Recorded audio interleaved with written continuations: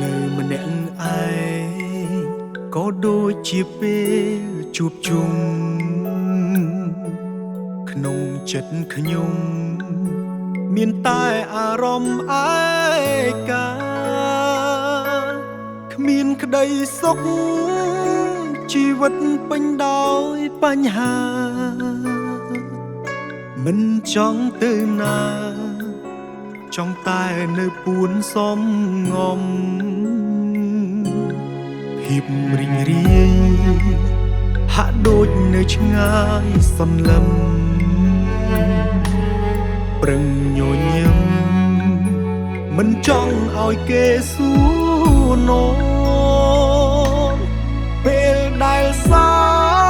ចគឺសើចទៅទាំងបងខំពេលដែលត្រូវយំក៏យំមិនឲ្យគេលឺ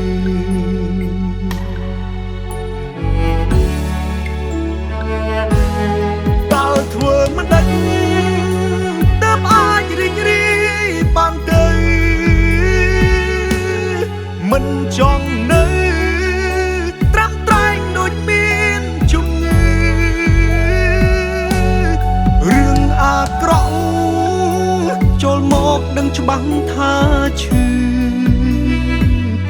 តែចិត្តនេះឌឺ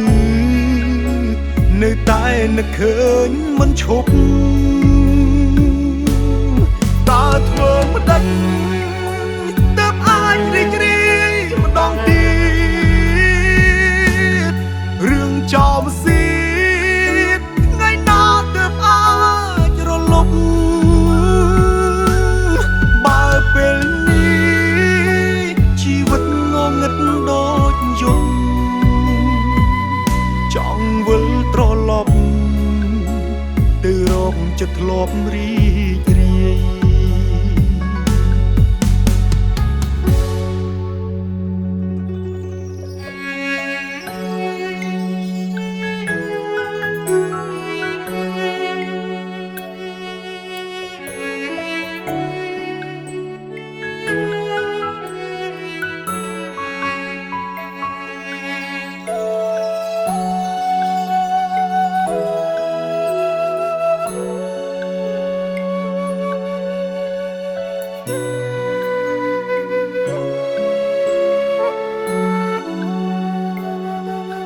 ភាពរីងរាយហាក់ដូចនៅឆ្ងាយសន្លឹមប្រឹងញញឹមមិនចង់ឲ្យគេសួរណូពេលដែលសើចគឺសើចទៅទាំងបងខំពេលដែលត្រូវយំក៏យំមិនឲ្យគេលឺ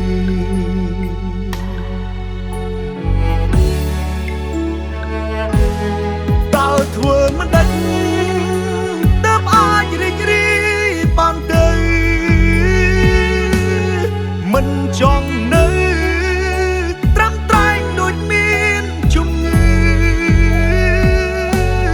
រឿងអាក្រក់ចូលមកដឹងច្បាស់ថាឈឺតែចិត្តនេះឌឺនៅតែនឹកឃើញមិនឈប់តើធ្វើមិនដេចទើបអាចរីករាយម្ដងទៀតរឿងចោលសៀតថ្ងៃណាទើបអាចរលត់បើពេលនេះជីវិតងងឹតដូចយប់ចង់វិលត្រឡប់ទៅរកចិត្តធ្លាប់រីករាយច ចិត្តធ្លោ